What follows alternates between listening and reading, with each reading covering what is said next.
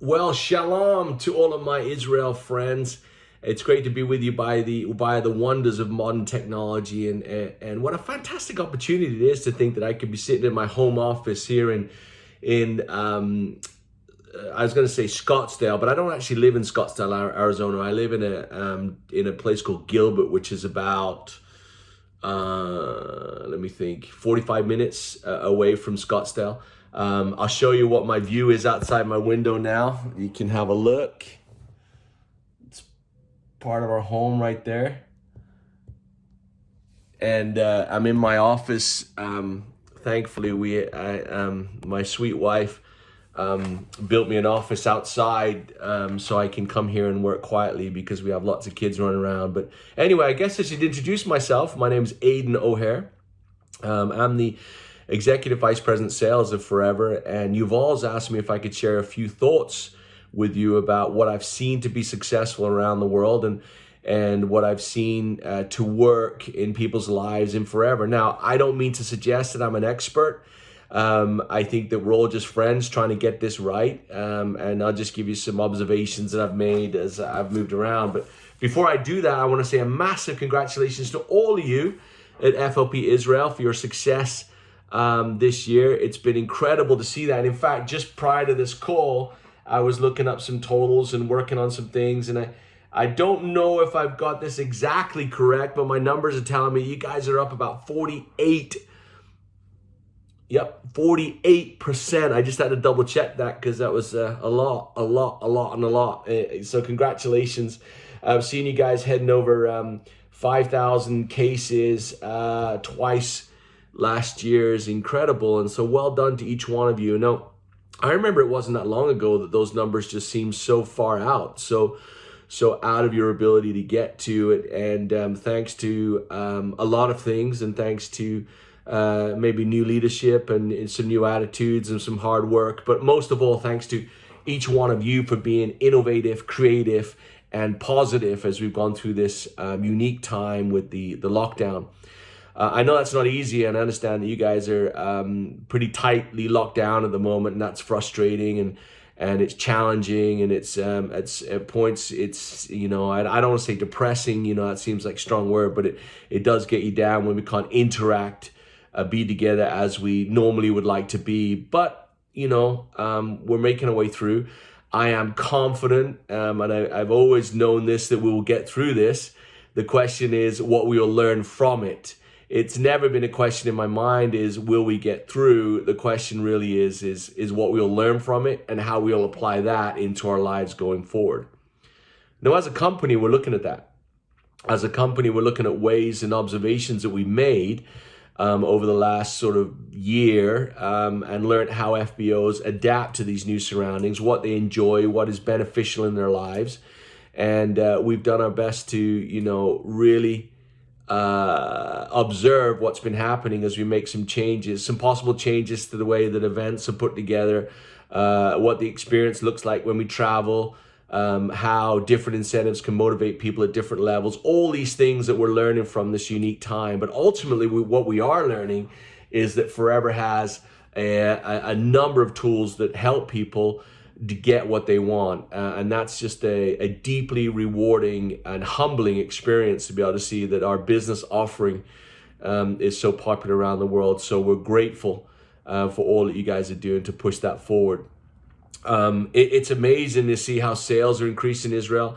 I know 4cc active is increasing as well, and that's wonderful to see, because 4cc is the key that unlocks the marketing plan. Prior to being 4cc active, we are all customers, and that's not a criticism by any way. That's just a recognition that the 4ccs, these 4 case credits on a monthly basis, help us to access the powers of the marketing plan. Now, if that 4cc comment is new to you, talk to your upline, your downline, your crossline, and they'll explain a little bit more about how you achieve that and you build your business to work towards that number. It's good to see recruitment is up, and that means we're introducing this business opportunity and the products to more and more people, and that's a wonderful thing. As you do that, just be mindful that the more people you build into your business or bring into your business, that you watch over and care for them. It's no good that we make promises that we're not keeping. It's no good that when we sponsor people, that we're not following up on the promises that we made and making sure that our new FBOs have all they need to succeed. That's not always easy. Once the adrenaline and excitement of the initial contact is worn off and the hard work begins, it takes a really disciplined upline to be able to put structure and function into their businesses that will help people to move forward, because people need a lot of help. It's a new business for most, and so I invite you to make sure that you're being systematic about how you're watching over and caring for your FBOs, especially now as recruitment goes up. The reward for that is that people have a much more fulfilling experience in Forever. They will be more successful, and they will recruit more people, and they'll be able to purchase and enjoy more product. So that means all boats rise as we look after the basics. And certainly follow-up is a vital part of success as you grow, because you're dealing with more people now than you were before. And before, you might have been able to deal with that through memory or a couple of sticky notes here and there.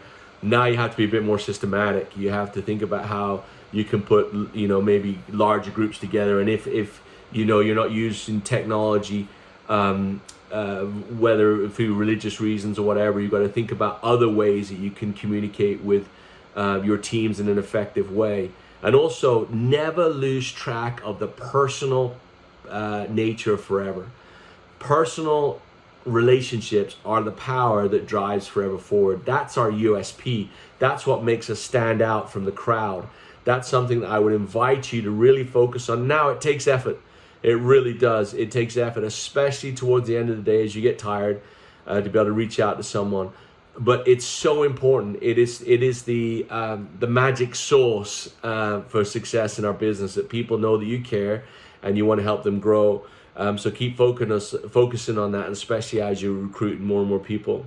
Now, I know in this growth has brought about some product issues and some product supply issues, and ultimately I apologize for that. It's the worst case scenario when we find out that products aren't where they need to be.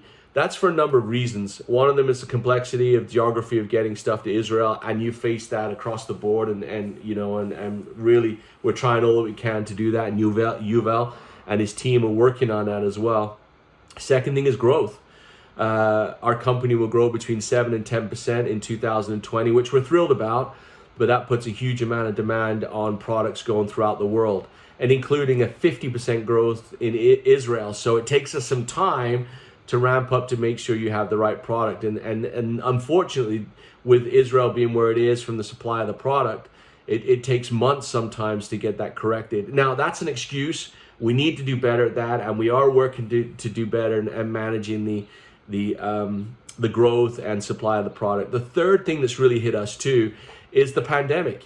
We've seen issues with staffing at some of our distribution centers, as the virus has hit in our distribution centers, which has slowed things down. But thankfully, we've been very fortunate in how that we're moving forward and overcoming that. The other thing that comes into play is lead times, as we looking for our raw materials and moving forward with trying to find raw materials around the world, which we usually have about an 8-week lead time on, and some of those lead times have been pushed out to 28 weeks as the virus affects other parts of the world as well. Now, those three things combined are what create the product issues. But the one good thing is that we're vertically integrated, so we choose where our supply goes. We can choose to keep our price current and constant. And so the investments in the infrastructure that we've made leading to this point have allowed us to handle this maybe a little better than others. But I know that there's still outages and allocations that we are working on. Rest assured, we're aware of them. And certainly Yuval has done a great job of keeping our logistics companies up to speed on what your needs are. So now, in the midst of all of that, it's been great to see 4 new soaring managers. So congratulations to each one of you that moved up to soaring manager. That's a great start. We want to see more soaring eagle managers. We want to see more eagles throughout Israel, and who knows, possibly soon a GLT member and a diamond manager. It would be absolutely wonderful to be able to see a GLT member from Israel. What a great achievement that will be. Now, it's just a matter of time, and I'm really looking forward to when that comes to play, because I have a great love of the Israeli people, and I know that they would bring a lot to our global discussions about how to make forever better. As we move forward now, 2020 is what it is. It's in the books. We've learned from it. And now it's 2021. So what is going to be different? What are we going to do? Like I said earlier, I'd like you to consider some of the, the things we talked about, but I want to ask you to ponder something that I've been really thinking about myself.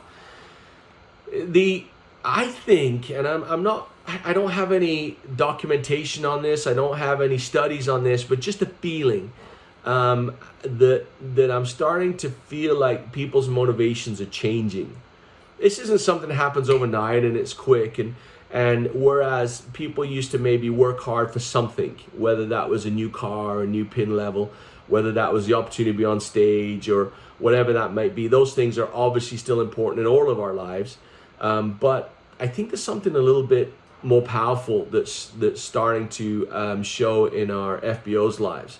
And that is a more rewarding and deeper inner motivation. So instead of an outer motivation, which is more a comparison motivation, which is, maybe social media drives that a lot, where we would look at someone else being on the beach in Bora Bora and think, I want to be on the beach in Bora Bora. Or we look at someone's car and think, I want a better car than that, or, I want a ring that's bigger than that, or whatever it might be.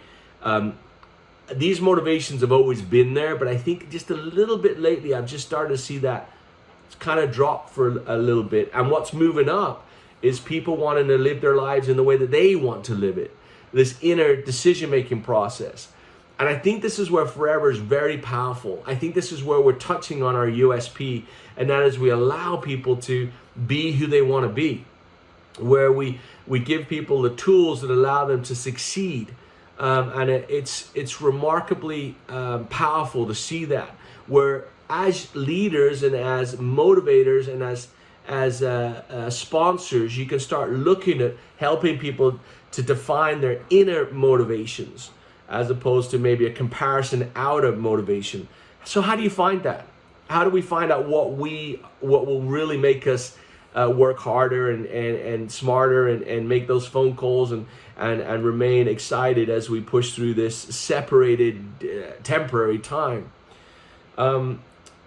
Years ago, probably back in, the book came out in 2001, I remember, and that seems a long time ago now, but there was a couple of invites in it that really struck me. And the book was called Good to Great by Jim Collins. I know that you've all seen it and heard of it, and and some of you have probably read it and digested it or whatever, much more than I have. But there was 3 things that he asks us to do as we identify greatness. And he was talking about identifying greatness within a company or giving a company purpose.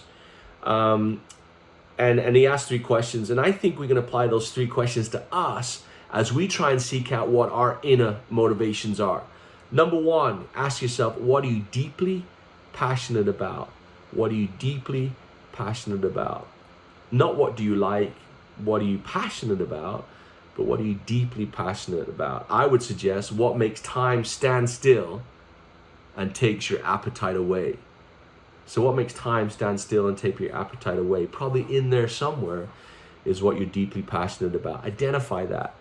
The second question is, what do you want to be the best in the world at? Now, if you're built like me, you're never going to be the world's top sprinter.